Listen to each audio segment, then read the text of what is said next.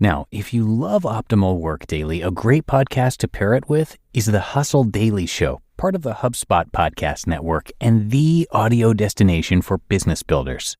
The Hustle Daily Show provides your daily dose of business, tech, news, and original stories to keep you in the loop on what's trending in business so you can use this information to help your own company succeed. The Hustle Daily Show's team of writers break down the biggest business headlines in 10 minutes or less, just like we do here, and explain why you should care about them. They'll also do deep dives on topics like a man who won the lottery 14 times and why it's nearly impossible to buy an original Bob Ross painting. I checked out a few episodes of the Hustle Daily Show, and to me, it felt like one of the most fun and streamlined ways possible to get the information you need to stay up to date on current business trends. So be sure to search for the Hustle Daily Show wherever you get your podcasts. Hold music. You want to avoid it, and so do your customers. So say goodbye to hold music and hello to faster, smarter support with Salesforce. Make service more personal and agents more productive using built-in trusted AI. Then watch costs and wait times drop and satisfaction soar. Support customers in a whole new way with Service GPT. Learn how at salesforce.com/service GPT. This is Optimal Work Daily, episode 1147. If you're nervous about quitting your boring job, don't do it. By Cal Newport of calnewport.com. And I'm Dan, your host and narrator, and welcome back to another episode of Optimal Work Daily, where I read to you every single day from some of the very best business blogs on the web. And now one of our friends, Cal Newport, who we hear from quite a lot across the network, has a post for us about quitting your boring job. Should you do it, or should you just stay put? So let's hear from Cal as we optimize your life. If you're nervous about quitting your boring job, don't do it. By Cal Newport of calnewport.com. The courage fallacy. In 2005, Lisa Foyer quit her marketing job. She had held this same position throughout her 30s before deciding at the age of 38 that it was time for something different. As the New York Times reported, she wanted the same independence and flexibility that her ex-husband, an entrepreneur, enjoyed. Bolstered by this new resolve, Lisa invested in a $4,000 yoga instruction course and started Karma Kids Yoga, a yoga practice focused on young children and pregnant women. Lisa's story provides a pristine example of what I call the choice-centric approach to building an interesting life. This philosophy emphasizes the importance of choosing better work. Having the courage to leave your boring but dangerously comfortable job, to borrow a phrase from Tim Ferriss, and instead follow your passion has become the treasure map guiding this philosophy's adherents. But there's a problem. The endings are not always so happy. The economics of remarkable lives. As the recession hit, Lisa's business struggled. One of the gyms where she taught closed. 2 classes offered at a local public high school were dropped due to under-enrollment. The demand for private lessons diminished. In 2009, she was on track to make $15,000. Not nearly enough to cover her expenses. This, of course, is the problem with the choice-centric approach to life. It assumes that a much better job is out there waiting for you. The reality, however, is often more Darwinian. Much better jobs are out there, but they're only available to people with much better skills than most of their peers. As I've argued before, the traits that make a remarkable life remarkable, flexibility, engagement, recognition, and reward, are highly desirable. Therefore, to land a job or start a business that returns these rewards, you must have a skill to offer that's both rare and valuable. It's simple economics. Lisa didn't have a skill that was rare or valuable. She did receive professional yoga training, but the barrier to entry for this training was the ability to write a tuition check and take a few weeks' worth of classes. This skill wasn't rare or valuable enough to guarantee her the traits she admired in the lives of successful entrepreneurs. And as soon as the economy hiccuped, she experienced this reality. Her courage to follow her passion was not enough, in isolation, to improve her life. The value of nerves. This brings me back to the perhaps controversial title of this post.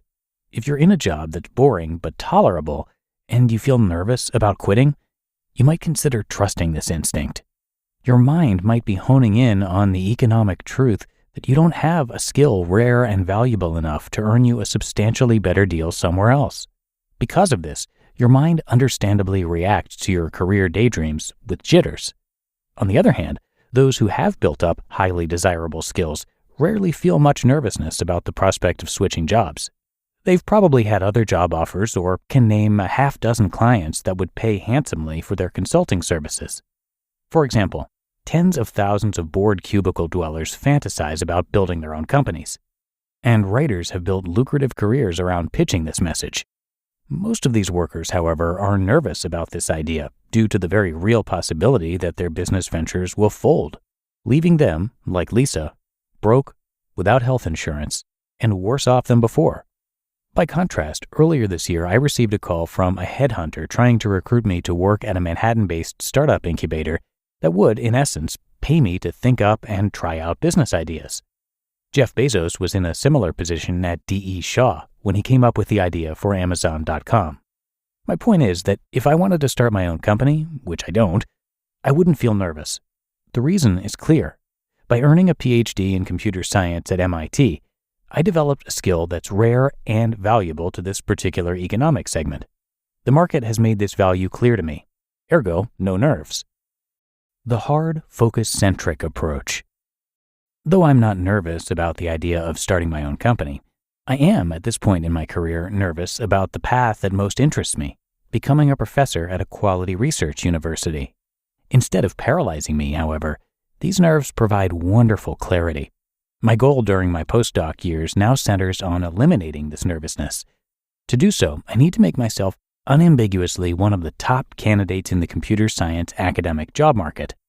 This, in turn, requires incredibly high-quality research that promises to push my research subfields forward. This specific goal has trickled down into concrete changes in my day-to-day work habits.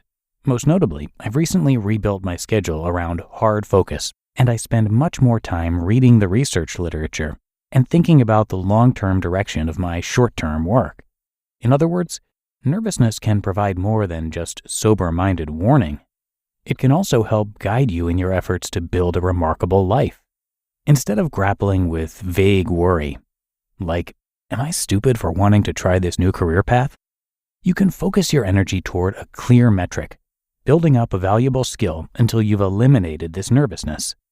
Once your stomach stops churning about your occupational daydreams, the time is right to make them a reality. You just listened to the post titled, "If You're Nervous About Quitting Your Boring Job, Don't Do It," by Cal Newport of calnewport.com. If you run a business, you know that having reliable vendors is non-negotiable. Whether you need office snacks, holiday gifts, or wholesale ingredients, you can rely on Nuts.com for delicious products delivered when you need them. Nuts.com is your one-stop shop for the highest quality foods for business. They offer delicious office snacks, corporate gifts, and wholesale ingredients, and over 50,000 companies choose Nuts.com for their business needs. From offices to hotels to restaurants and retail stores.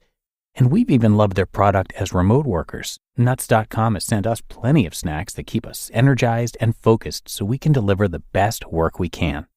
Nuts.com makes ordering for your business quick and easy. Right now, Nuts.com is offering new business customers a free gift with purchase and free shipping on orders of $125 or more at nuts.com/OWD. So go check out all of the delicious options at nuts.com/OWD. You'll receive a free gift and free shipping when you spend $125 or more. That's nuts.com/OWD. Labor strikes, climate change, your beat-up office printer. What do they all have in common?